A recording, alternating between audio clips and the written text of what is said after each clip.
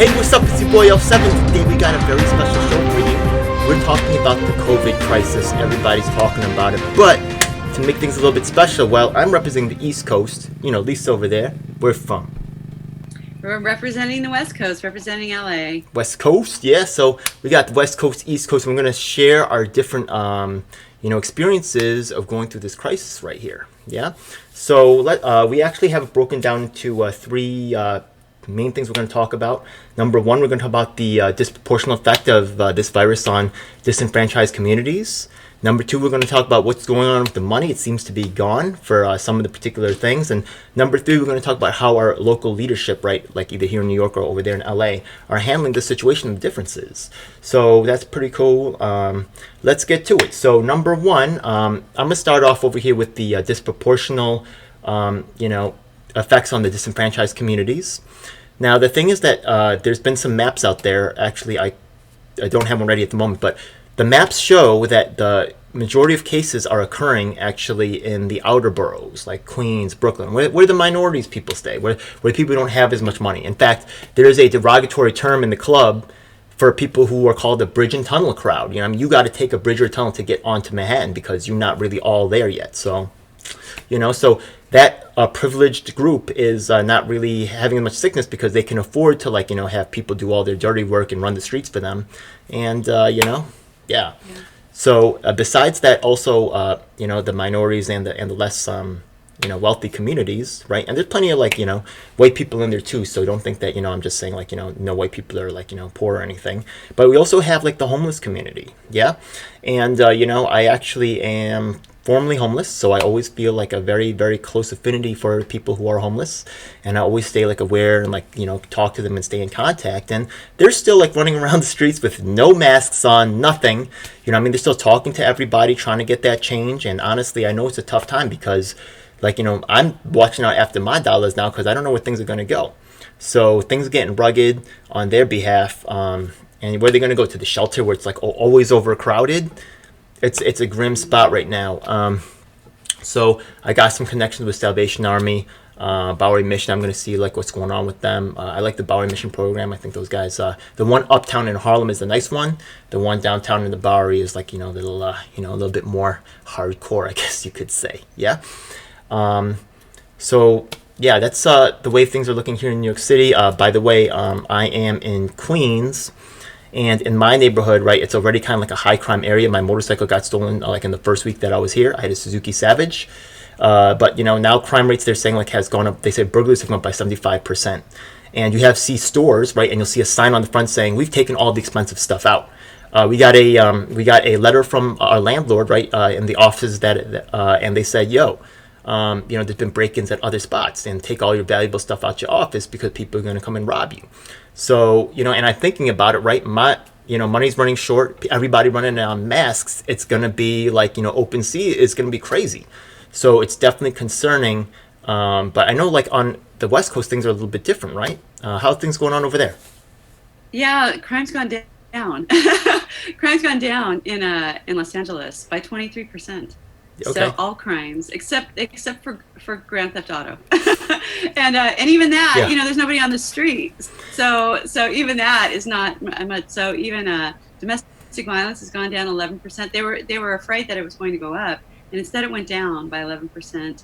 A lot of people are just staying home. And again, this is more of a driving culture. Even though we do have public transportation, we have buses, we do have a subway. It's not as extensive as New York or the East Coast. But it's definitely gone down, and it's kind of made for the city to be a bit more peaceful.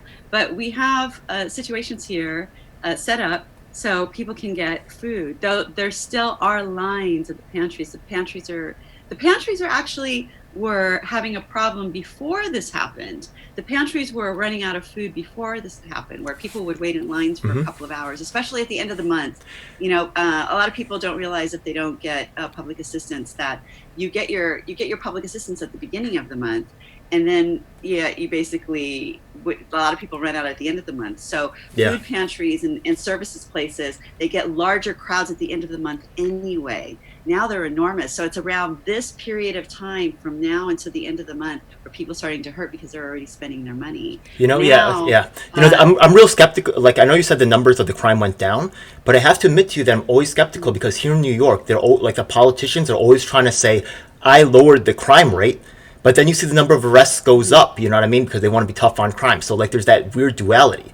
That's why you get, like, the stop and frisk and this kind of thing, you know what I mean? Like, they say crime goes down, but the rest go up. Like, it's like, it's like this weird, like, how can it be both ways?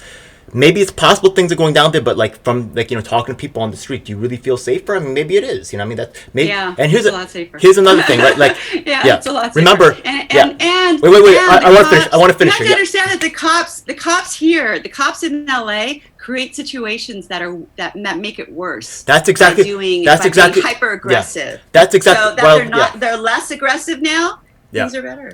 That's actually what I was going to get to, right? The thing is that, right? Remember that in order for that crime to be reported, a police report has to be generated. You know what I mean? The cops could just show up and say, I'm not going to file a report. Stop this. I'm just going to walk away. It's your problem. In fact, I used to have a store here in New York City, and the thing is that, honestly, kids used to rob my store. You know what I mean? Then I would call the cops in, and they would say, like, I'd be like, yo, I got video footage, and they're like, nah, I don't want to waste my time with that. I said, what? You know what I mean? So the thing is that they wouldn't report that crime. You know what I mean? So honestly, like, I saw they was robbing me. So I said, the cops ain't going to do nothing. So I said, you know what? Like, I took those kids and I chased them out and I was duffing them up. And then the cops, they said, I'm going to call the cops. I said, go ahead. They're not going to do nothing. The cops didn't do nothing. You know what I mean? So, like, I protect my block and I'm controlling the mob block. But out there, you know what I mean? Like, if the cops don't report it because they don't want to get involved, they don't want to write a report, they don't want to take people to the station, it'll look like crime's going down. But in reality, it could be different. You know what I mean? Maybe we had a vandalism thing where it's just a homeless guy who had some mental health issues was throwing bricks at people's but he wasn't stealing anything. So also right, like so that happened around but it was one person. It was the same guy. Okay. So we haven't been having those situations. I just called my boy last night because the thing is that, like, even if you don't have a job, right? Actually, I should find that link right now. I'm going to find it right now. Even if you don't have a job, you can, and you're not getting unemployment, you can still apply for emergency funds. And a lot of people in the hood don't know that. You know what I mean? They're like, yo, the government. That's a big problem. Government don't take care of me. Screw them. We not getting nothing. You know what I mean? I was feeling that way too. Right. My boy sent me a link. I was like, oh, I'm going to get some money. Thank God. But think about it, right? Like, another thing that's happened is like, yo, I pay my credit card like a month later. So, bam, now the money's not coming in, but now I got like thousands of dollars going out. I'm like, what? Like, people are going to start getting tight and everybody in a mask. Like, I'm like, I think it's going to be open. I think it's going to get crazy. You know what I mean? But in a mask and supposedly, so what? Supposedly things are cool. Yeah. Sell to who? Huh? That's the thing. No. A mask to, like, in LA, to stick people up. Stores aren't even accepting cash. No, we're not accepting cash to stick people up. So there is no cash. Take their phone. What are you going to sell? You could take their phone. The credit card terminal. You could take their phone. You could take their clothes. You could take anything. You know what I mean? There's nobody on the street. You could. Not here. Yeah. Not here. See, that's different. That's the biggest difference between LA is that a lot of people are in cars, and even if they don't have cars, they Uber or they do something. So they're always in kind of a place that's contained. Maybe something can happen on the bus, but there's a bus driver, So and we don't really have that situation. We don't have a lot of robberies on trains here. Another issue is that we don't have an extensive train system. So where you all have, people are in close proximity. You have a lot of stuff happening on trains. We don't have that situation here because we're set up differently here. Yeah. So it's not a situation, and the stores aren't accepting cash, which makes it even harder on homeless people because homeless people, like if you have disability or if you're on GR, you still get a card, but if you run out of money on that card, you don't have anything. And the thing is, wait a minute, what is GR? Because nobody's using money. Wait a minute, what is GR? General relief. Oh, general relief. Okay. General relief. Yeah. Okay, I don't really know as it calls it out here. Welfare. Yeah. That's basically just welfare if you're a single person. So usually it's single men. And so if it's called a different thing if you have a family because the money is for kids. Have you ever heard SNAP benefits or anything like SNAP? Yeah, SNAP. Okay, all right. SNAP. So maybe it's called different things, different places. I don't really know. All right, cool. No, it's called Yeah. Snap here. I remember also one thing that you had mentioned was like there's like maybe possibly a curfew, like a not like a real like advertised one, but like kind of like a closet, Right. like a Right. quiet curfew going on. What's Right. going on with that? That is a quiet. It's like a quiet curfew that's going on. That's just being reinforced through the stores, not through the people. So what they're doing is basically making stores close early. Yeah. And at first I thought, oh, it's kind of strange. Or like I went to a Home Depot around the time it was closing, and I saw some cops there, and I'm thinking, strange. There must be some stuff going down. And then I went again near closing, and cops were there again. And so I'm thinking that they were basically enforcing the fact that they had to close at 6 o'clock, or they were closing early. And then I saw one store actually use the word curfew and have it up on the store. So I think it's the stores that have the curfew, and the people weren't being told that they had the curfew.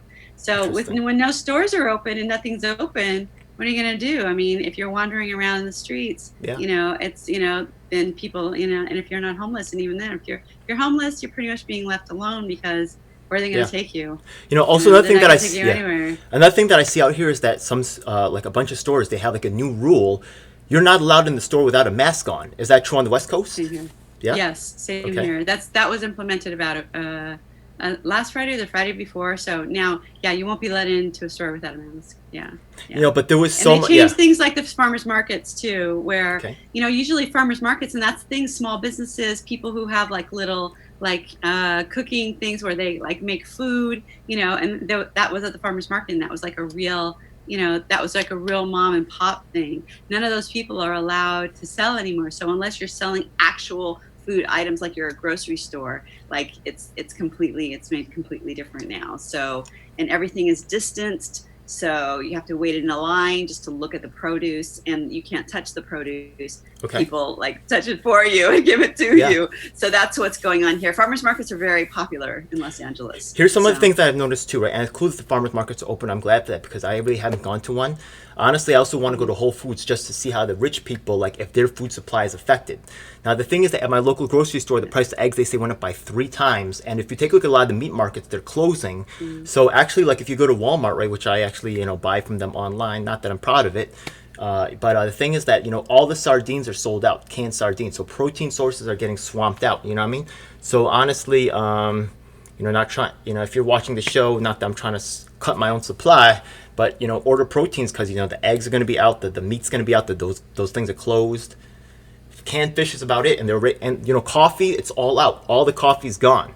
And I wonder if it's interesting. Interesting. I wonder if it's a Whole Foods. Yeah, go to Walmart, look at like coffee, all gone. Instant coffee, because I'm an instant coffee drinker. All of it's gone. Yeah, like the Great Value one, like the cheap stuff. Yeah. So people are hoarding up. Yeah, it's leading to hoarding tendencies. You know what I mean? Interesting.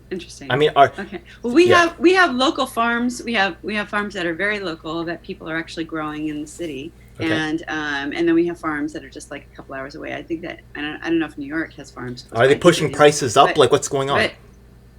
Prices are going up in certain areas. That they are going up for certain things. I noticed there's not very many sales. There used to be always sales and lots of competition. Yeah. There's a local store that I go to that even stopped sending out their circular. Like every week they sent out a circular with all the sales. They actually stopped doing that. Yeah. So they're not even sending things out, because they used to advertise sales, and they're not selling anything on sale. But depending on where you go, you can still find things for a fair price. But if you go into nicer places, you notice that things are kind of sold out. I have a Trader Joe's that's local, and those prices have been kind of steadily going up. But just a moment, I'm gonna have to put you on pause just a second. Yeah, just a second. That's okay. Sorry. That's okay. That's actually good. It's convenient for some reason. Yeah. Sorry. No, it's okay. Stove burning. No, actually, I kind of could use that. I forgot why, but yeah. Okay, we're still recording, which is good. Okay, give me a second. Okay. Okay.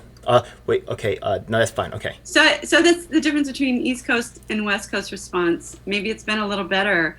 Has there been outreach to people? Door to door to families or to seniors or? I was trying to organize that with the New York crew from the Tulsi campaign. I haven't really seen, a lot of people are worried, and rightfully so. They have commitments to other family members. I really don't, so I can do really whatever I want. But a lot of them, they are, if they get hurt or sick, it's going to be an issue. So, Right. Yeah. We have a situation here because a lot of a significant number of kids, something like the 70 or 80 percentile, are basically like around the poverty level, and so where those kids get their food from is from school. So we have a program where there's 60 different spots in Los Angeles where you can go and actually pick up 2 meals as if you ate them at school. So 2 meals for kids, and so they're giving away those bags near schools, and that's Monday through Friday.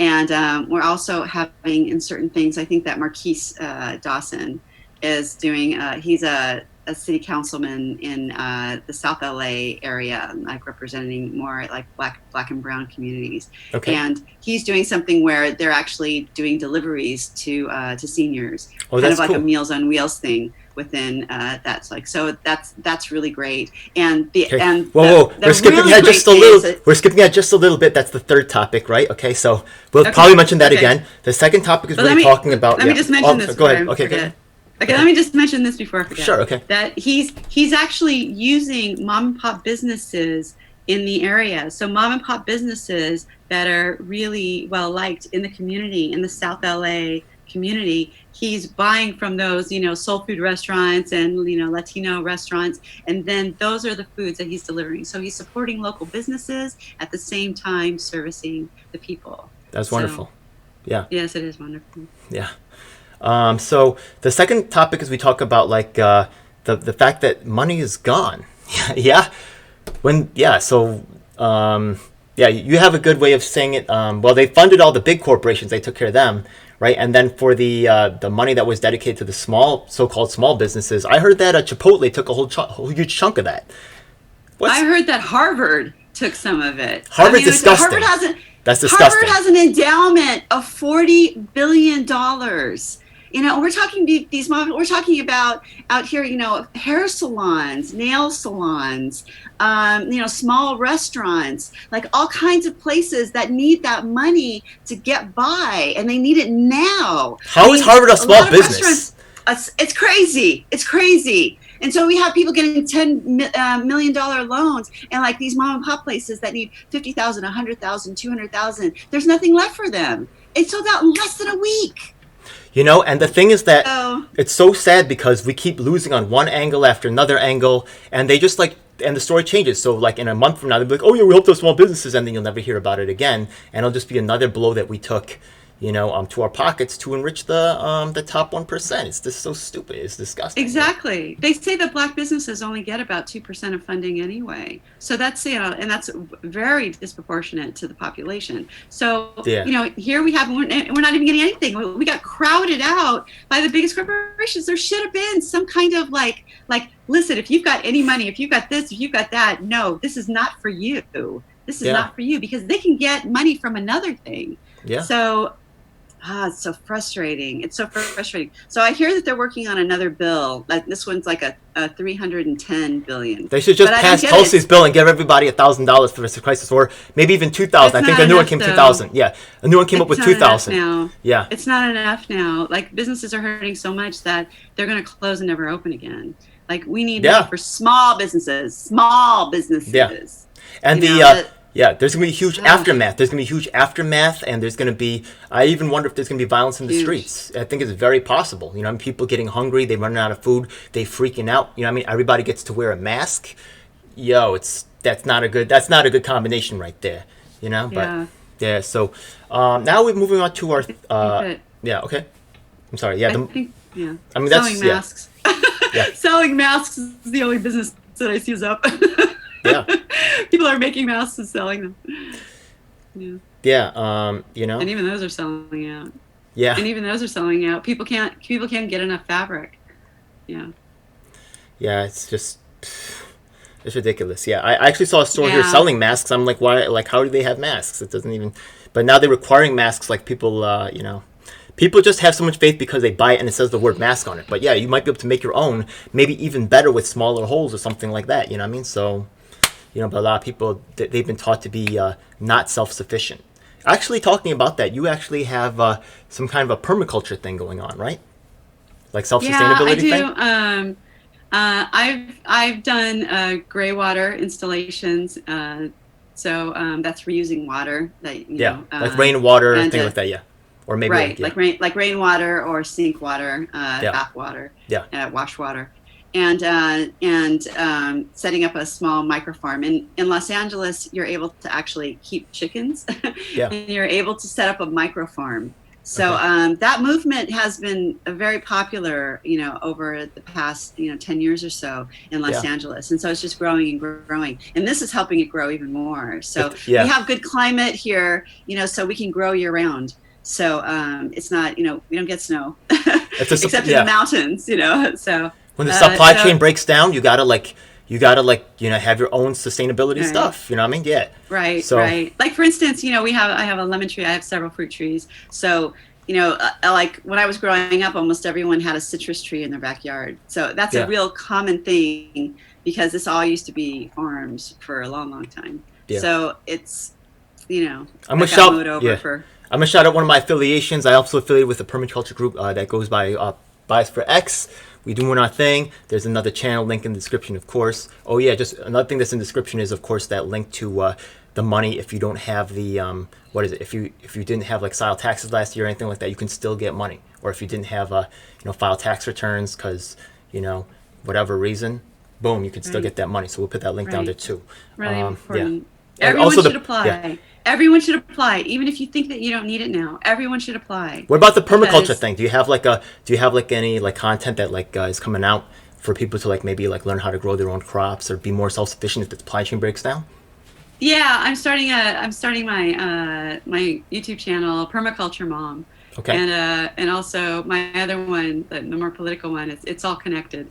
So, but Permaculture Mom is coming out soon. It's going to have something out within a week or so.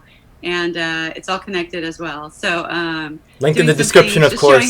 Link in. Yeah. All right, cool. So we'll be getting things out and basically doing remodeling tips, different tips as far as growing, aquaponics, gray water installations. Just doing things where you can basically reduce your footprint, but also just basically live more sustainably and cheaply. Because frankly, if it isn't cheap, it isn't permaculture. So, also, you said that seeds are having problems. Maybe you could talk to some local farmers and find about maybe a seed bank or something, or I don't know. But seeds are a problem right now. Yeah.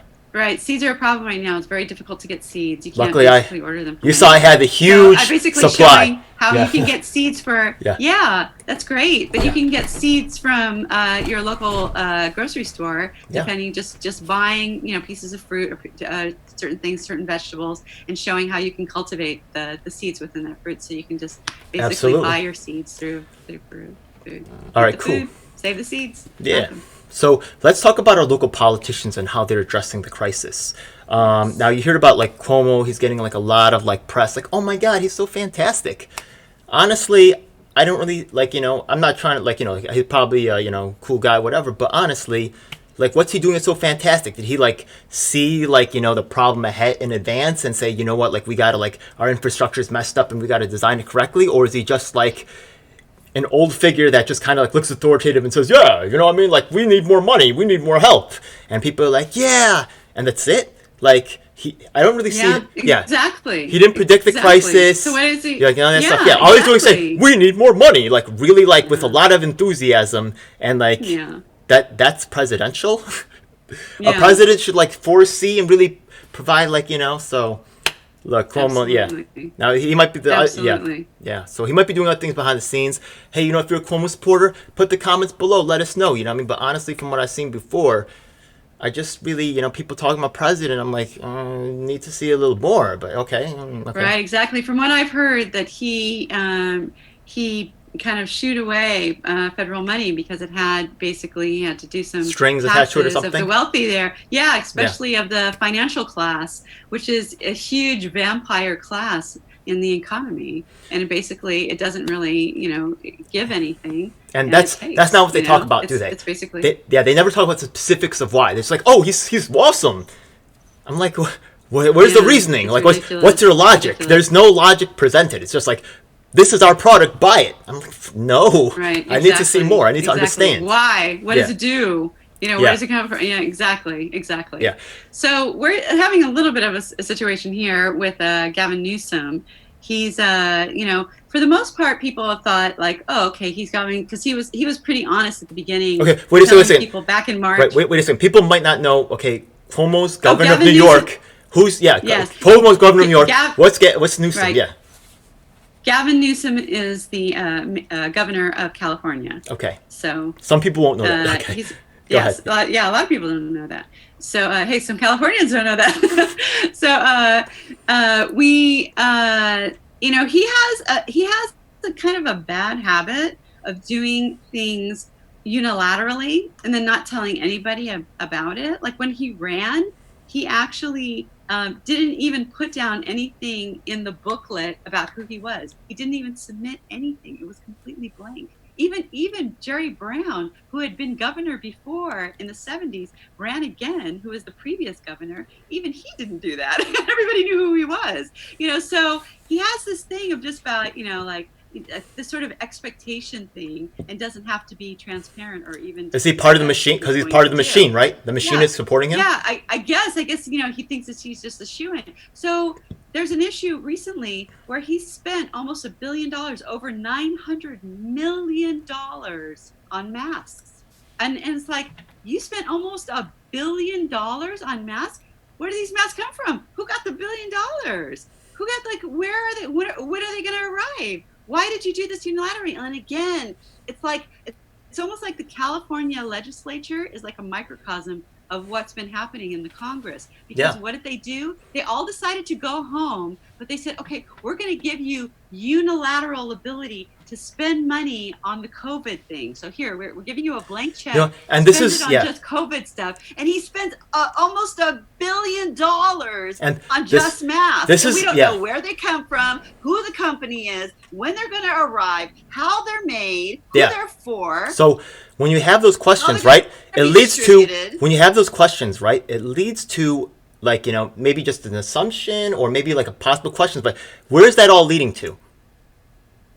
When people have contracts and they say it's an emergency and they say they need to buy things, that's a way to get money out the system. You make masks? I got $1 billion for you. I just need a couple mil on the side, bro. You know what I mean? You make those masks, boom, here we go. You know what I mean? Give me $1 billion, I'll make you masks. the way that's happening without a discussion. Without any bids, without anything, that really smells real stinky. You know what I mean? It does. It does. So if you're out there watching the show, please investigate. Get back to us. Put some comments down in the section. You know the deal. Something is weird. That sounds weird to me. Yeah. It's really maddening. It's really maddening because when all this is said and done, and then we have these massive deficits. Then where are the cuts going to come in from the community? Back when Jerry Brown was governor, the cuts came from welfare, from schools. So where are the cuts going to come from in the have a rainy day fund. We actually have a surplus. We have a quote unquote rainy day fund that's over 18 billion. But 1 billion just going to masks? 1 billion? Wait a second. What's the population of California? It's almost 40 billion. 40 million. It's almost 40 million. 40 million? It's like 39. It's like 39 million. How much should it cost? How much should a mask cost? A fraction of $1.50? Maybe $1 if you're buying in that quantity, right? What are you going to do with $1 billion worth of masks for 40 million? It doesn't make no sense. Like, what are you going to do? Like, have 20 masks for everybody? A billion is 1,000 million. That's a lot. A billion is 1,000 million. That's a whole lot. You know what I mean? So maybe they need for a couple of days to make a mask. He could have bought the company that made the masks, for less than that. Yeah. It's so crazy. It's so crazy. And the fact that here we are. spending $1 billion on masks? And What kind of masks? they're taking no responsibility for outsourcing the jobs to other countries because all it did was make them rich at the expense of workers here in the States, and they're just being real quiet about that. They're trying to guide the conversation so we look at one way instead of looking the other way. You know what I mean? And it's ridiculous. It's just this. That's why we're making this show, because we're gonna shine the light on it. Yeah. It's so frustrating. It's so frustrating. Meanwhile, the communities are hurting because we're just kind of waiting for things to reopen. Now we're not protesting in the street and stuff because we realize we see New York, and every Angelino knows that, like, see, there's a saying in LA that nobody is from LA, and it's kind of true. There's a lot of transplants here from other places, and so people here in Los Angeles have relatives or family in other places of the United States. And so when we see those numbers growing, you know, it makes us concerned because we think that it might reach here. So if we're not strict, then we'll become another New York. And we see the situation in New York City as being really, really bad. And just as you said, people aren't even talking about the outer boroughs. They're not even looking at Nassau. They're not even looking at, New Jersey or this, or they're not even looking at these other outer areas. And I think I think this is actually and the numbers are high there too, really high, higher than Los Angeles. So it's very disconcerting. I mean, Los Angeles County has 10 million people. In this, in our county, I think this is actually a lot of people. Yeah, I think this is actually it's like similar to New York City. So I think this is actually a wonderful segue into like a new series we're thinking about starting, because we've actually noticed this even within our allies, like other progressive things like this. There's this huge like incentive for people to just kind of sweep the problems under the rug and not talk about them. You know what I mean? Like, because you're my ally, I'm not going to criticize, or even like a real friend tells you the truth. You know what I mean? Not like, doesn't enable you to get into problems. So we have this new series coming out. I'm going to let you introduce it because I love the way you do it, right? What's this new series called, and what's the idea behind it? It's called This Is How We Lose, Losses and What We Learn from Them. Yeah. And so we're going to be forensic examining campaigns and examining and discussing why we think they lost. Yeah. And what were the things, what were the takeaways? What were the things that they did that, they should have done better? Yeah. And, there's a lot of, like anybody who's a fierce competitor knows you learn more from your losses than from your wins. So, you can't always, try to present propaganda. It's time to just say the truth. That's what Exactly. Yeah. And if you're a real solutions person, and I consider myself a solutions person, you really can't find a proper solution without really focusing on what the real problem is. Yeah. And so if you don't look at the problems and, without the rose-colored glasses, you really won't find a solution to your problem. What you're going to be doing is masking things over, or you're just going to be basically not finding a solution to your problems. Yeah, so right now I'm going to make a call out, because the thing is that there's people out there who have worked for these campaigns, right? Tulsi campaign, Buttigieg campaign, any campaign, Bernie campaign, Klobuchar, right? Get at us. Put in the Bloomberg. All of them, right? Get at us. We want to interview you. Put your comments down below. We want to hear about you. We're starting a new series. This is how we lose. We're going to start to really understand and dissect what happened, what went down, and how we overcome these issues instead of just complaining all the time and saying, this is wrong, and then just letting it end there. We're going to really dissect it. So I love that. Yeah. Yes. Now, we might be starting another series as well, right? Because the thing is that a lot of people out there, they just want to vent. But, in the end, we really need to train new activists to really be warriors in this and to get things done. There's a lot of vested interests that are out there, a lot of status quo people that are like, taking the money and redirecting it, and then they've actually created like barriers to people like us, the common person, from accessing information, right? Snowden and Assange locked up, right? They're creating all kinds of barriers to not just information going out, but, actually getting things done. Like they control the media, like the narrative, they'll only concentrate on certain stories. So the new series is going to be called, we're going to come out with a bunch of like activism training videos to really, teach people, how to like organize, because they don't teach that in school. They don't want you to like learn how to like get true power. They want to teach you how to be an employee, not how to run things. So Right. we're going to Right. take care of you though. Don't worry about it. Yeah. All right. Right. Yeah. Campaigning lessons. So basically, how to campaign, how to table, how to canvass, Absolutely. how to do phone banking, how to turn someone from a supporter to a volunteer. All different kinds of things that a lot of people who are interested in running for office but don't really understand the intricacies. And once you start running, it's too late to learn. Learning by running is kind of a pathway to failure, because you basically, things fall apart when you don't have them set up correctly. So learning how to campaign, learning how to do a campaign, learning how to do a successful campaign, learning from the mistakes and problems of other campaigns. These are really important things, and we want to start that series to kind of enable all of you warriors out there, all of you amazing representatives out there who have always thought about running or thought about doing a campaign but didn't really know how to go about it. Yeah. So, or just people who are out there who are looking to support other people, great candidates who are running, and how to make yourself more of an asset to their campaign. Yeah. And what's really cool about Lisa, right? I'm just going to up my host over here, my fellow host over here, because the thing that she has like a lot of knowledge from like running around, like doing campaigns. So like she talked, like I know we had a discussion like last week about like an organization called Move On. Yeah. And it was so cool to learn about that, because you don't really get to hear about these stories from any other real source. So you got to talk to like, real street warriors that are out there doing their activism work to really learn these things. You can't learn it from, it's not really in books. You can't find it. It's very difficult, Right. So, yeah. Right. Can't find it's really difficult. Yeah. And you know what? Yeah. Even on YouTube.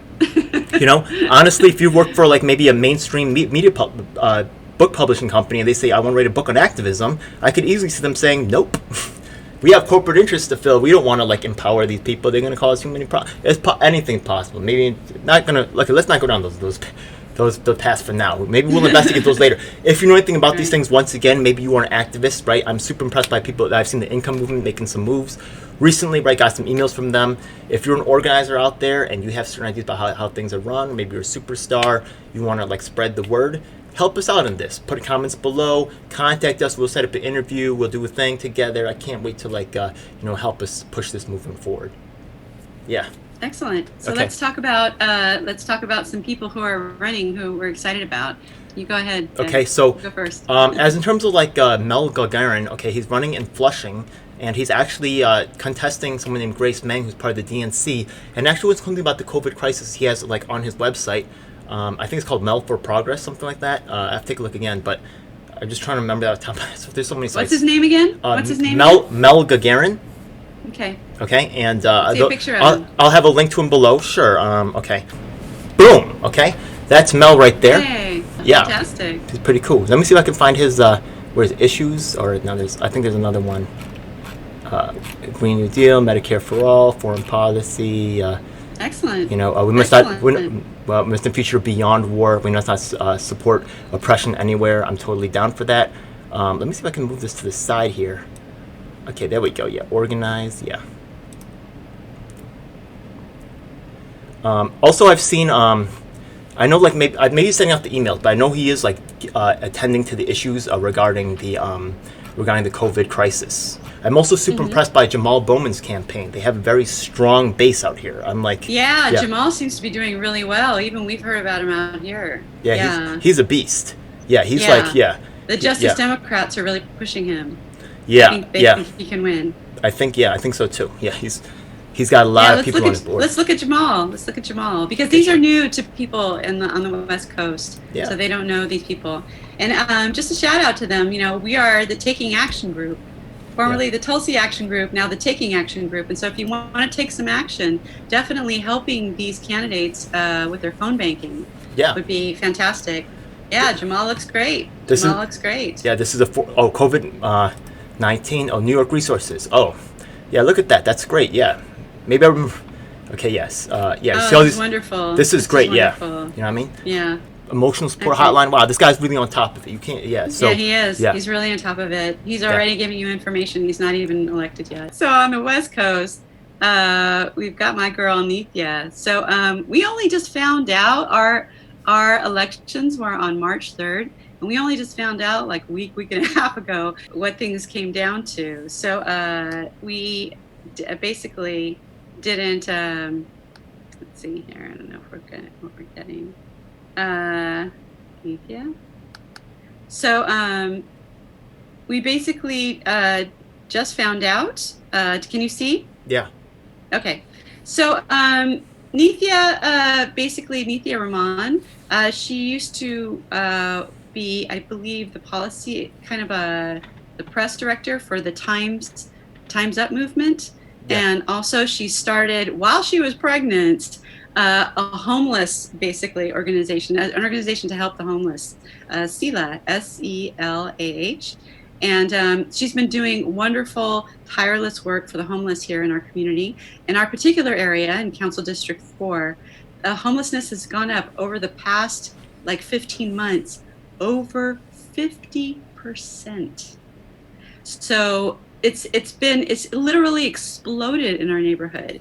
And a lot of people erroneously thought that the homeless were coming from other areas and coming into our area. And then they actually did a study and found that most of the homeless were actually neighbors, were actually people who used to formerly live in the neighborhood. So this whole kind of otherness that people have been applying to the homeless, saying that, oh, they're just coming from other areas, or they're coming from downtown, or they're coming from this, or coming from other areas of LA. No, these are the invisible within our community that have just ended up on the streets. Yeah. And then there's even a greater population that are housing insecure, that are just one step from homelessness. And obviously this COVID crisis has just made it, a million times worse. Now there's been, a moratorium on evictions right now, but what happens when that's over in a couple months? We're gonna have problems.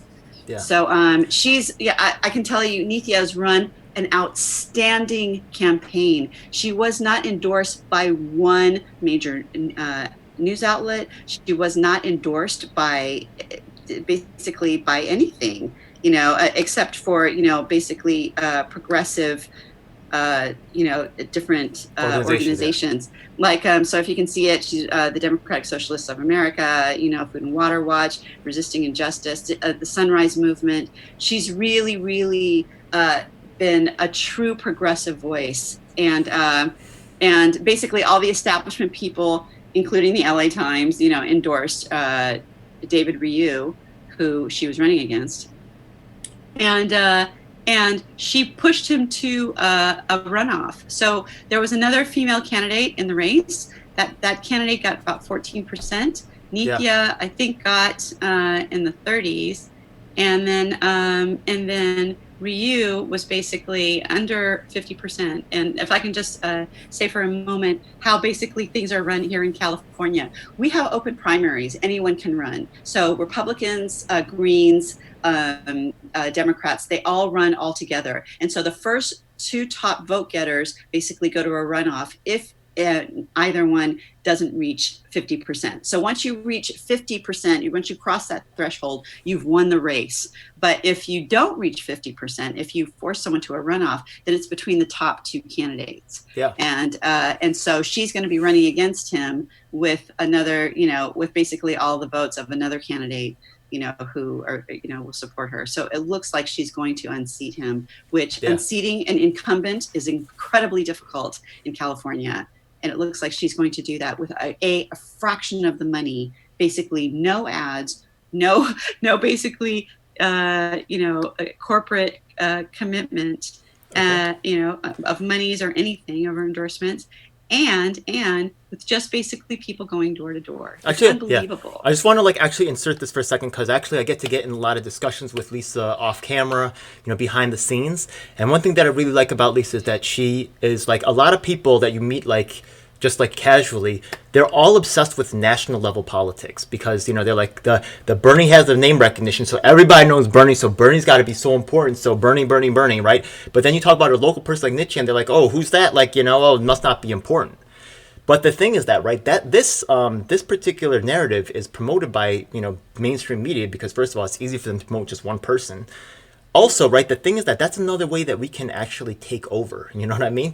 It's much harder for them to spread their resources across all the little local areas, right? Absolutely. Exactly. And by the way, Our federal representatives have completely failed us. Yeah. Look at this so-called stimulus package. Yeah. Everyone out there has not gotten the money, and we're all broke ass now because of this. And what have we gotten? The corporations have gotten things, and we've gotten nothing. Again, we got screwed. And so this is a way to.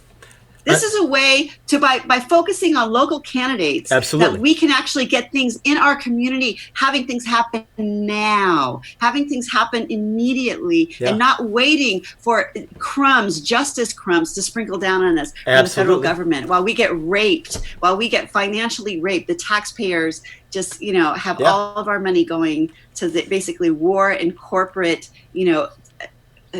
corporate buybacks. Yeah, and if you want to be going toward. Yeah, if you want to be an organizer that's effective, if you want to be able to be a player on the national scene, which is totally cool, you can't do that without local backing. You will need to have a base, and you need to go out to talk to the people and get to know what their issues are and that kind of thing.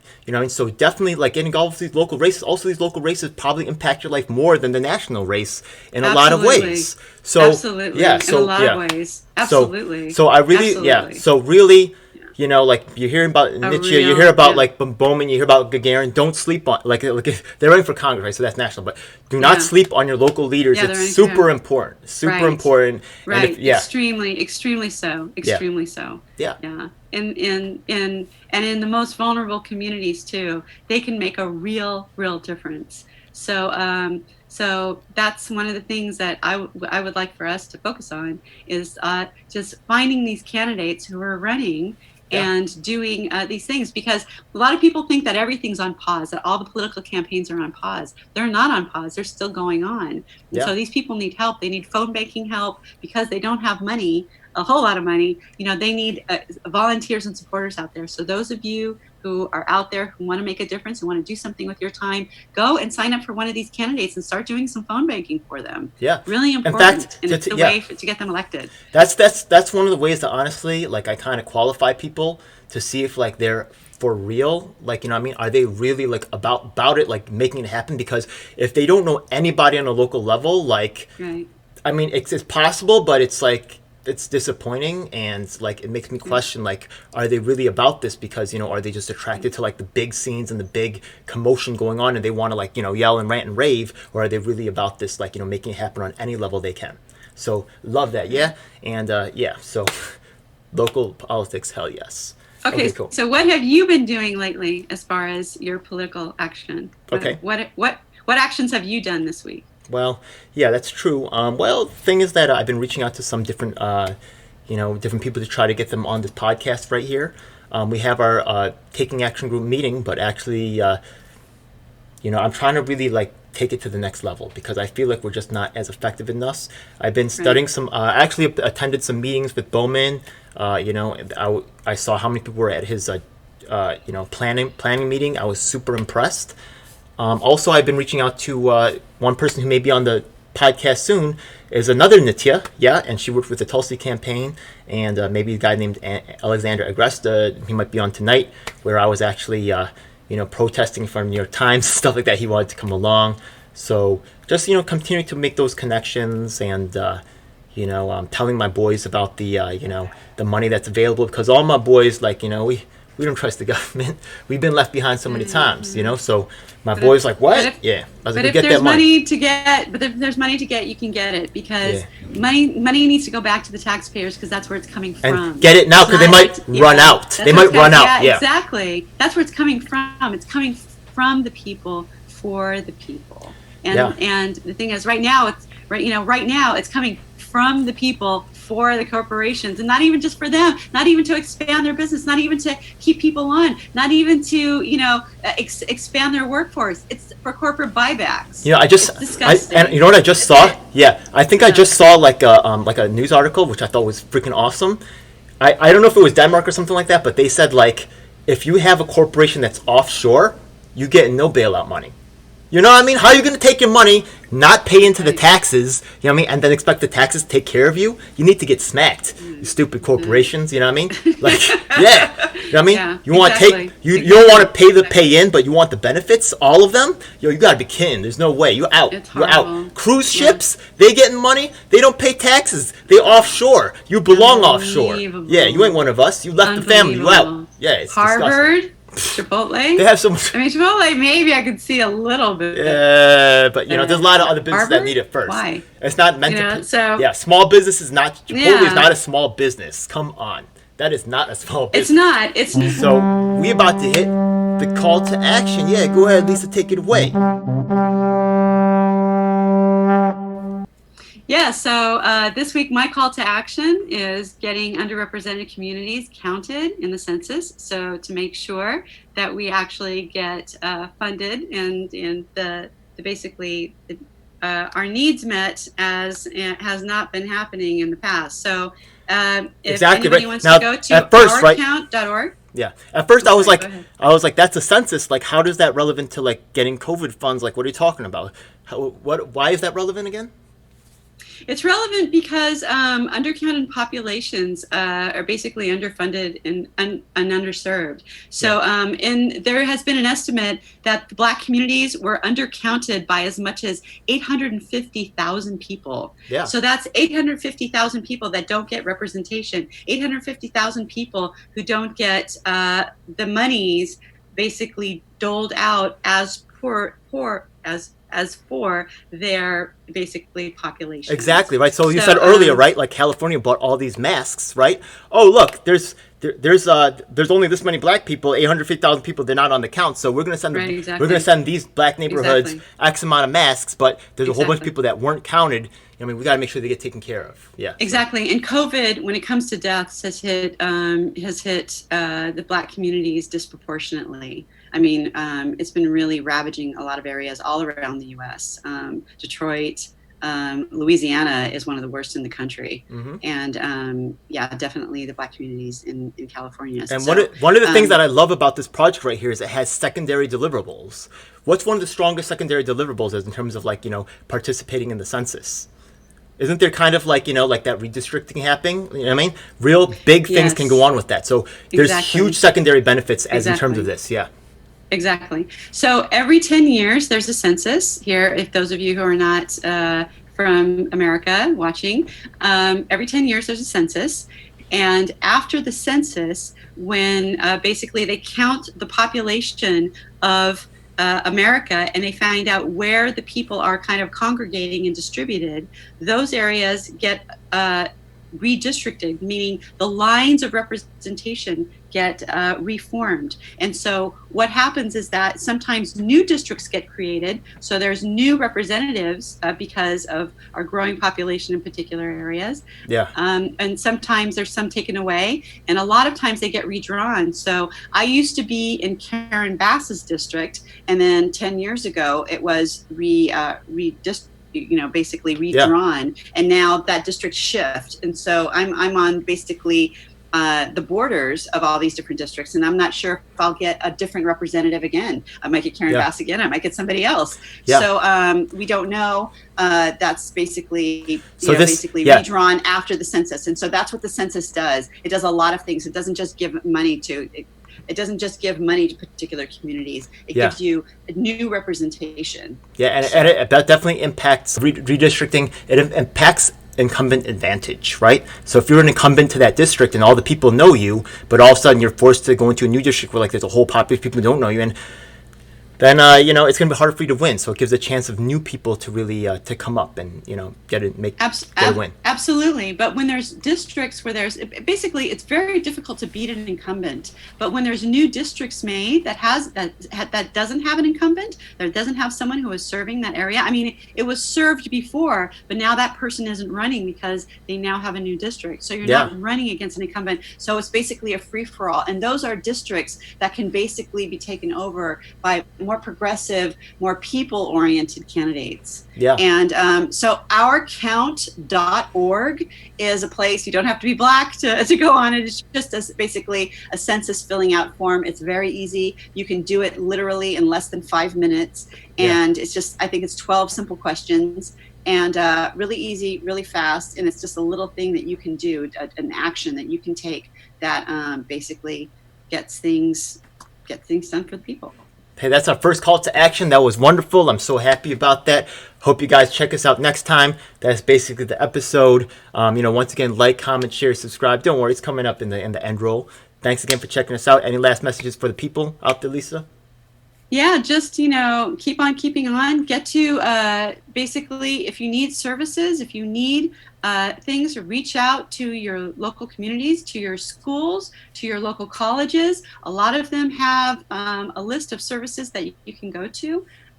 Even if you don't go to those schools, or your kids don't go to those schools, or even if you don't go to that college, they'll have a list of services where you can get things from basically giveaways. I can just say, really quickly, one last thing that they're doing here in Los Angeles is that they're giving away cards to people who are undocumented.